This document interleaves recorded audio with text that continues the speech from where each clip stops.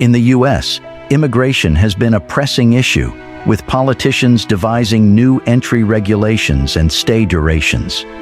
Ironically, the nation's roots trace back to immigrants, a fact highlighted by indigenous tribes like the Cherokee, whose legacy is interwoven with the nation's history. Amidst the waves of newcomers who arrived by sea, it remains important to acknowledge those who established their lives on these shores long before the well-documented migration episodes. Welcome to another episode of the Natives' Journals, where we delve into the captivating stories of indigenous cultures from around the world. Today, we uncover the history of one of America's largest tribe, the Cherokee. We look at their origins, lives, and current struggles as a vital facet of American heritage. Come along on this exciting adventure to learn about their history. If you find this story interesting like we do, remember to click the like button and subscribe to our channel. The Cherokees are an indigenous group of North America with Iroquoian heritage who developed within the southeastern woodlands of the United States. With the Cherokees' roots dating back to the pre-18th century, their homeland spanned from southeastern Tennessee to northeastern Alabama. The Cherokee Nation is the biggest of the 567 tribes recognized by the government in America, with over 300,000 tribal members. Also, many groups say they have Cherokee ancestors, but only a few are recognized by the states. More than 819,000 people are thought to have Cherokee ancestors based on the U.S. Census in 2000, and this count includes those who aren't part of any tribe. The Cherokee also called themselves Anianwia, which means principal people. They speak an Iroquoian language and have a system of writing their own language developed in the 19th century by a famous and influential Cherokee leader called Sequoyah. Various theories surround the origin of the term Cherokee. Some believed it may be rooted in the Choctaw term Chalaki, denoting mountain inhabitants, or Chilukik, referring to those living in cave regions. The word might also stem from Muskogee, implying people of different speech. As for their own origin, two main theories exist among anthropologists and historians. One suggests the Cherokee migrated from northern areas near the Great Lakes as latecomers to southern Appalachia, originally occupied by Iroquoian-speaking people. Another theory suggests the Cherokee inhabited the southeast for millennia. Elderly Cherokee shared an oral tradition of migrating from the Great Lakes region, settling in the southeast, particularly among Muskogee Creek territory, alongside ancient mounds constructed by the Mississippian culture. These accounts raise questions about the Cherokees' historical migration and settlement patterns, sparking ongoing debates among researchers. However, according to leading anthropologist Thomas R. Wright, the origin of the Proto-Iroquoian language was probably the Appalachian region. Back then, the Iroquoian language split into two groups, the northern and southern kinds. During this time, when people from Europe came to America, they thought the Cherokee people in the southeast were one of 5 groups that learned to live like settlers. This is because they lived in permanent villages and started to learn and use certain cultural and technological things brought by the European American settlers. Contrary to the consensus among most Southeast archaeology and anthropology scholars, some argue that the Cherokee people's ancestors dwelled in western North Carolina and eastern Tennessee for an extended duration. During the late Archaic and woodland periods, Native Americans in the area began cultivating crops like lamb's quarters, sunflowers, marsh elder, pigweed, and native squash. This era saw the emergence of novel artistic expressions such as shell gorgets, the adoption of advanced technologies, and the development of intricate religious rituals. In the Mississippian culture period, 800 to 1500 CE, local women introduced a new maize variety, Eastern flint corn, resembling modern corn, leading to larger crop yields. This success enabled the formation of more intricate chiefdoms with dense populations across multiple villages. Corn gained prominence in religious practices, notably the green corn ceremony. A lot of what is known about pre-18th century Native American cultures comes from the Spanish explorers' records and their journeys. In the mid-16th century, early explorers encountered people of Mississippian culture, predecessors of later Southeast tribes like the Catawba and Muskogee. From 1540 to 1541, Hernando de Soto led a Spanish expedition through Cherokee territory, as recorded by English colonists. De Soto's group visited villages in modern Georgia and Tennessee, governed by the Coosa chiefdom, which eventually became the Muskogee Creek people. Some of this information was only translated in the 20th century. Consequently, contemporary English-speaking scholars vary in their interpretations of the English colonists' understanding of historic Native American cultures. The dominance of English colonists led to a disregard for Spanish sources in establishing the region's history. Writer John Howard Payne documented pre-19th century Cherokee society, known as the Payne Papers, detailing the elders' traditional two-part societal structure with representatives for the 7 clans. Payne states that this priestly and hereditary structure held responsibility for religious tasks like healing, purification, and prayer. Simultaneously, a group of younger men, known as the Red Organization, handled warfare-related matters, although warfare was seen as a last resort due to its polluting activity. It is believed that warriors needed purification by the priestly class after warfare to rejoin village life.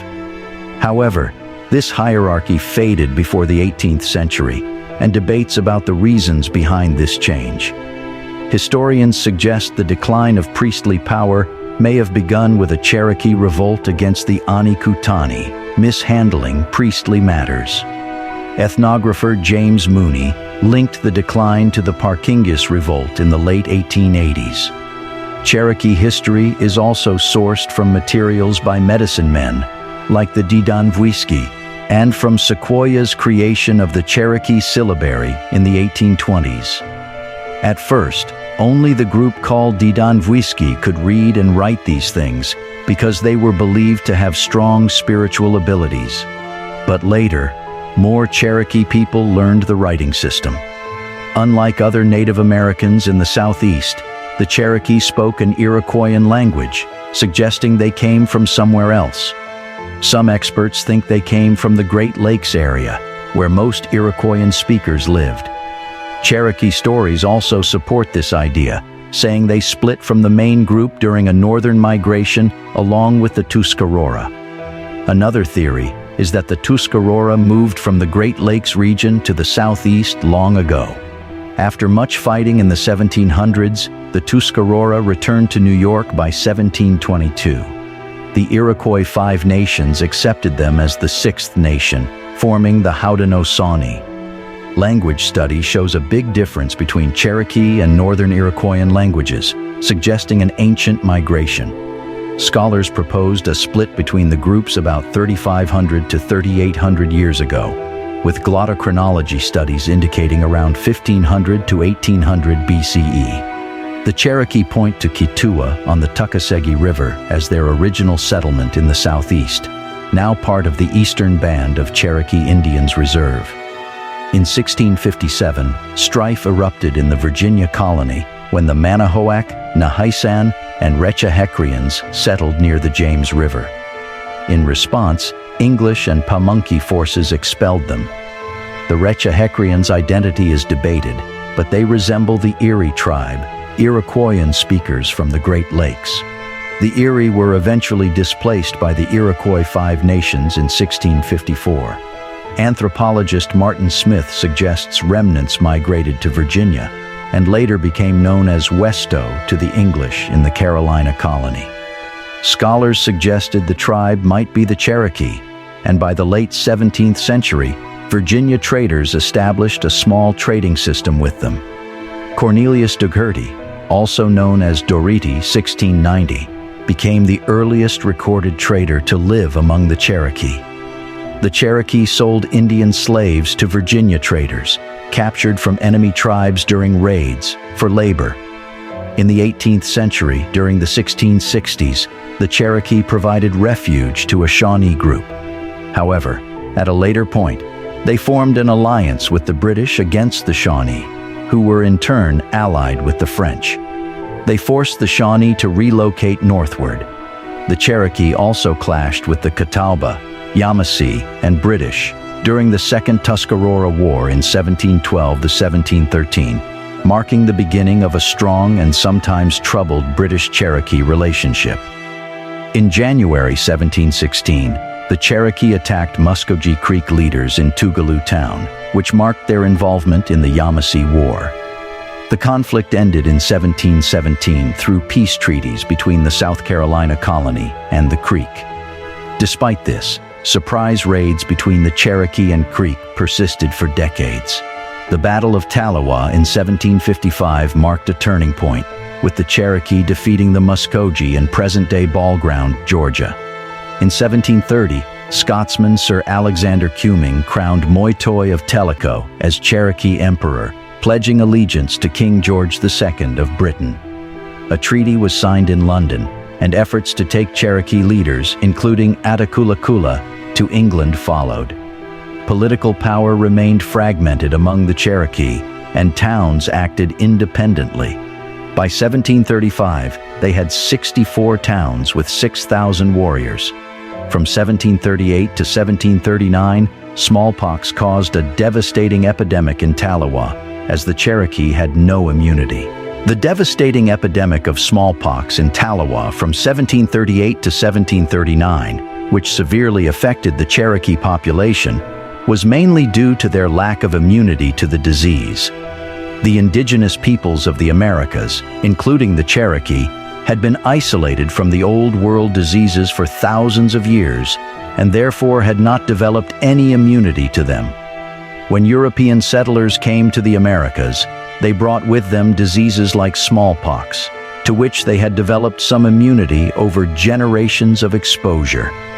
Unfortunately, the native populations, having never been exposed to these diseases before, were extremely vulnerable, and smallpox, in particular, caused widespread illness and death among the Cherokee and other indigenous peoples.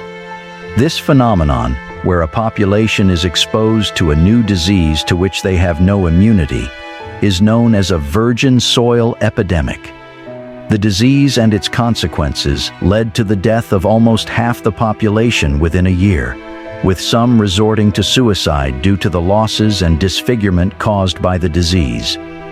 Between 1753 and 1755, the Cherokee and Muskogee clashed in battles for North Georgia's hunting lands. The Battle of Tallawah saw the Cherokee triumph.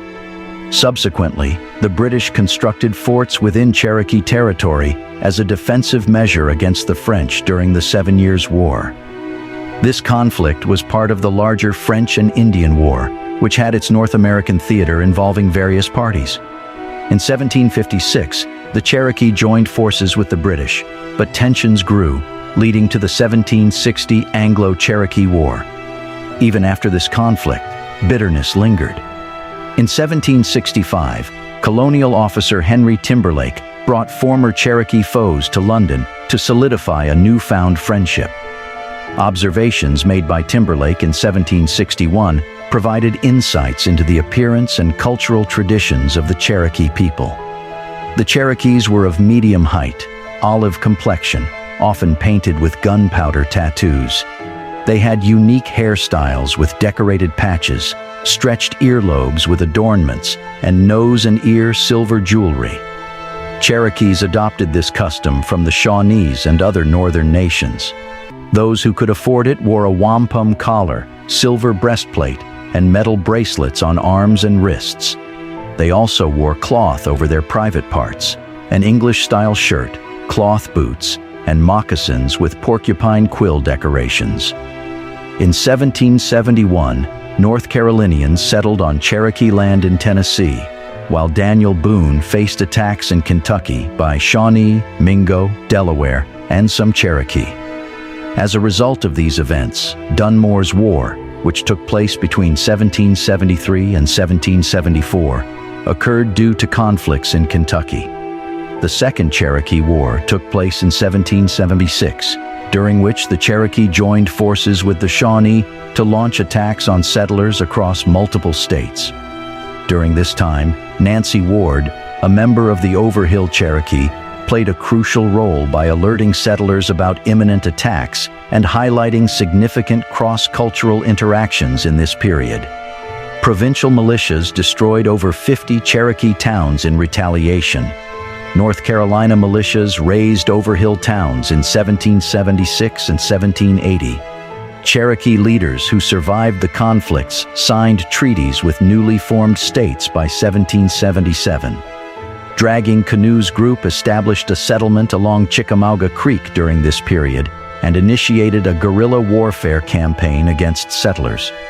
This prolonged conflict, known as the Cherokee-American Wars, lasted from 1776 to 1794. The first signed Treaty of Tellico Blockhouse in 1794 finally brought peace between the Cherokee and independent Americans. In 1805, the Cherokee ceded Cumberland Plateau lands to Tennessee. During the 19th century, the Cherokee territory between the Tennessee and Chattahoochee rivers retained its independence. As the trade involving deerskin declined, the emerging Cherokee nation took steps to establish a fresh society. This transformation was influenced by the southern United States and occurred as their lands became more limited. George Washington aimed to modernize southeastern American Indians with the help of Indian agent Benjamin Hawkins. He urged the Cherokee to move from communal land to personal farms after Revolutionary War destruction. As the deerskin trade declined, pigs, cattle, and spinning wheels became vital. Washington's government introduced farming, weaving, smithies, and plantations. The modernization of the Cherokee tribe had officially begun. The Cherokee put together a national government under Principal Chiefs Little Turkey, who reigned from 1788 to 1801, Black Fox, who reigned from 1801 to 1811, and Pathkiller, who reigned from 1811 to 1827. Former warriors of Dragging Canoe, Cherokee leaders James Vann, The Ridge, and Charles R. Hicks advocated for education, modern farming, and cultural assimilation. They welcomed Moravian missionaries in 1801 to teach Christianity and civilized skills, and Congregationalists later joined, establishing boarding schools. The American Board of Commissioners for Foreign Missions School in Connecticut educated some students. In 1806, a federal road crossed Cherokee land, where Chief James Vann established a tavern, inn, ferry, and cotton plantation. His son, Rich Joe Vann, expanded the plantation to 800 acres, utilizing 150 slaves, exporting cotton, and owning a steamboat. Cherokee sided with the U.S. against the Red Stick faction in the Creek War during the War of 1812. Guided by Major Ridge, Cherokee warriors played a crucial part in securing General Andrew Jackson's triumph at the Battle of Horseshoe Bend. General Andrew Jackson was a prominent military figure and future U.S. president who led the American forces. Later on, Major Ridge moved his family to Rome, Georgia, constructing a mansion, developing a plantation, and running a ferry. Though not fluent in English, he sent his son and nephews to New England for missionary schooling. Chief John Ross, an interpreter and protege, established a plantation, trading firm, and ferry at Ross's Landing, Tennessee. During his time, several conflicts emerged between the elite and traditional Cherokee. In 1809, an American and Cherokee academic named Sequoyah began developing a written form of the Cherokee language. Despite opposition from traditionalists and white missionaries, Sequoyah introduced the Cherokee syllabary in 1821, leading to higher literacy rates than neighboring Georgia whites. The Cherokee started having meetings at Newtown near Calhoun, Georgia. In November 1825, they made Newtown the capital and changed its name to New Echota, after another important place called Chota. They also began using Sequoyah's writing system. They had a police group, an approach to solve problems, and a national committee. By 1827, the Cherokee Nation drafted a constitution inspired by the United States, underlining their evolving society. A government with executive, legislative, and judicial branches was formed, along with checks and balances. Led by Major Ridge and his son John Ridge, the two-tiered legislature chose John Ross as principal chief, aiming for English-speaking leaders to negotiate with the U.S. missionary Samuel Worcester, and Elias Boudinot established a printing press at New Echota, translating the Bible into Cherokee. In February 1828, Boudinot published the inaugural edition of the Cherokee Phoenix, the earliest American Indian newspaper, in both Cherokee and English. After the Civil War, due to their Confederacy alliance, the Cherokee Nation signed the 1866 treaty as required by the U.S. This treaty ensured freedom for Cherokee slaves and full citizenship for Cherokee freedmen and African Americans residing on tribal lands, granting them native Cherokee rights. Some Cherokee had relationships with both African Americans and whites. Cherokee freedmen engaged politically in the tribe. The U.S. gained easement rights in the West, which became Oklahoma Territory for railroad construction. In the late 19th century, the government believed Native Americans should own their land. The Dawes Act of 1887 divided shared tribal land into personal allotments for families. Native Americans got land based on Dawes rolls, while surplus land was sold to non-Cherokee. The Curtis Act of 1898 dissolved tribal governments, courts, and institutions, including Cherokee courts, paving the way for Oklahoma and Indian territories to become a state. In 1905, the 5 civilized tribes proposed creating the Native American exclusive state of Sequoia, but it lacked support in Washington, D.C. In 1907, Oklahoma and Indian territories formed the state of Oklahoma.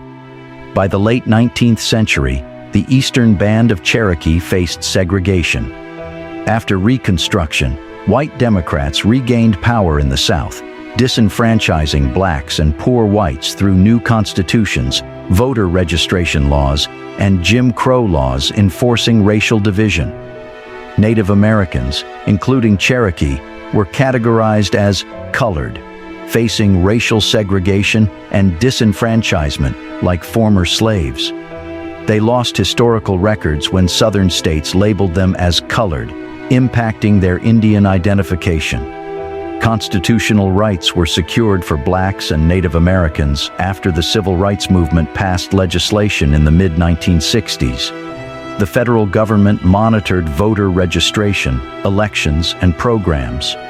Tribal governance remained defunct from 1906 to 1975, except for Interior Department management.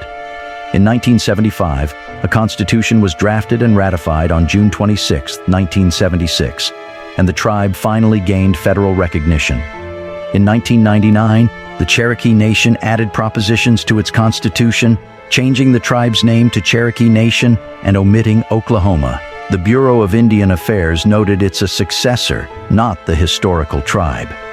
Under Principal Chief Bill John Baker, the modern Cherokee Nation has thrived economically with growth, equality, and prosperity. It holds significant interests in business, real estate, and agriculture through entities like Cherokee Nation Entertainment, industries, and businesses. The Cherokee Nation, CN, has established health clinics, contributed to community programs, and built infrastructure like roads and learning facilities. It promotes GAGE, fostering cooperation and self-reliance while revitalizing language programs. The Cherokee Nation became prominent in eastern Oklahoma, wielding economic and political influence. Also, in North Carolina, Chief Richard Sneed led the Eastern Band of Cherokee Indians, welcoming 1 million visitors annually to their cultural attractions in the Qualla Boundary Reservation. Comprising more than 8,000 Cherokee residents, this community primarily includes descendants of Trail of Tears survivors. The Cherokee Nation worked with the Eastern Band on multiple shared projects, amplifying their influence and extending their outreach. The Cherokee Nation engaged in cultural exchanges and collaborative tribal council meetings with both Cherokee tribes. These meetings addressed shared concerns. While many Cherokees were in Oklahoma and North Carolina, economic factors like the Dust Bowl, World War II jobs, and the Indian Relocation Program led some to the West Coast. About 2% of the population in rural California, communities like Covelo, Hayfork, and San Miguel, an Oregon town, and an Arizona town, are Cherokee. Relocation also included diverse urban centers in California, like Greater Los Angeles and the San Francisco Bay Area. This demonstrated the spread of Cherokee influence and presence across various regions. They resided near farms, military bases, and reservations. In 2000, the census reported 875,276 self-identified Cherokee, but only 316,049 were federally recognized. Over 200 groups claim Cherokee affiliation, with some like Cherokee Heritage Groups supported, while others are disputed for seeking economic benefits. The three groups acknowledged by federal recognition maintain that they possess the exclusive legal authority to identify as Cherokee Indian tribes, and their enrolled members are the sole ones considered as Cherokee. An exception lies with the Texas Cherokees. Previously, they were under the Cherokee Nation and recognized in Indian. Once principal chief of the Cherokee Nation, W. Keeler concurrently chaired the Texas Cherokee and Associated Bands, TCAB, Executive Committee. Post the 1976 Cherokee Constitution, TCAB descendants linked to the Mount Tabor community in Texas's Rusk County were denied citizenship. These ancestors weren't on the 5 civilized tribes' final rolls from the Dawes Commission, yet most TCAB descendants appeared on the Guion Miller or Old Settler rolls. This distinctive case underscores their unique historical and legal standing within the Cherokee context. After the death of John Ross in 1866, many Mount Tabor residents rejoined the Cherokee Nation, but a sizable, well-documented group exists outside its framework. However, this group isn't actively pursuing clarification of its status, despite having treaty rights traced to the Treaty of Bird's Fort. From post-Civil War until 1975, they were linked with the Cherokee Nation. In 1871, the TCAB emerged as a political entity led by William Penn Adair and Clement Neely Vann, aiming to address treaty violations stemming from the Treaty of Bowles Village in 1836. Today, most Mount Tabor descendants are Cherokee Nation members, leaving only around 800 in limbo without the Cherokee status. Many still live in Texas's Rusk and Smith counties. Remnant populations also exist across the southeastern U.S. and surrounding states. Descent is often traced through official rolls like Guion Miller, Drennan, Mullay, and Henderson, or 1817 and 1819 treaties with the federal government. State-recognized tribes require genealogical proof of Cherokee heritage. The Cherokee Nation's current enrollment guidelines, endorsed by the Bureau of Indian Affairs, were highlighted by Cherokee Nation citizens during a constitutional convention. This convention ratified a new governing document, though it was approved by a small portion of the electorate. However, the tribe cannot alter membership rules while maintaining federal recognition. Membership changes need Department of Interior approval. Cherokee freedmen, descendants of slaves owned by the Cherokee Nation before the Civil War, were guaranteed citizenship in 1866. After the war, U.S. amendments granted them U.S. citizenship. However, in 2007, things changed. Cherokee voters passed an amendment restricting citizenship to Dawes roll-listed Cherokees by blood, excluding partial Cherokee descendants of slaves, Shawnee, and Delaware. This highlights the tribe's limited power over membership and the historical complexities tied to citizenship. The Cherokee freedmen were given a 90-day window to contest an amendment vote that revoked their Cherokee citizenship. They needed to file an appeal with the Cherokee Nation Tribal Council, and that appeal is currently pending. On May 14, 2007, the Cherokee freedmen were temporarily reinstated as Cherokee Nation citizens by the tribal courts. This temporary order and injunction were in place until a final decision was reached. Subsequently, on January 14, 2011, the Tribal District Court declared the 2007 constitutional amendment invalid due to its contradiction with the 1866 treaty safeguarding the rights of the freedmen. Finding a definitive solution for the Cherokee people might prove to be challenging. Their journey has encompassed both challenges and achievements, and perhaps their experiences should be heeded as a lesson when considering the current immigration challenges. Today, the government recognizes only 3 groups of Cherokee: the United Keetoowah Band, UKB, in Oklahoma, the Cherokee people in North Carolina, and the Cherokee Nation in Oklahoma. Of the 3 Cherokee groups, the Cherokee Nation and the United Keetoowah Band have their main headquarters in Tahlequah, Oklahoma. The UKB consists of descendants of early settlers, particularly Cherokee people who migrated to Arkansas and Oklahoma around 1817, prior to the Indian removal. They are the direct ancestors of those who were later compelled to relocate there in the 1830s due to the Indian Removal Act. Approximately 12,000 to 22,000 people today still speak the Cherokee language. History has demonstrated that the Cherokee possess an unwavering spirit, exemplifying their resilience. Ultimately, the essence of being Cherokee might be encapsulated in this unparalleled strength, an enduring quality that continues to earn admiration across generations.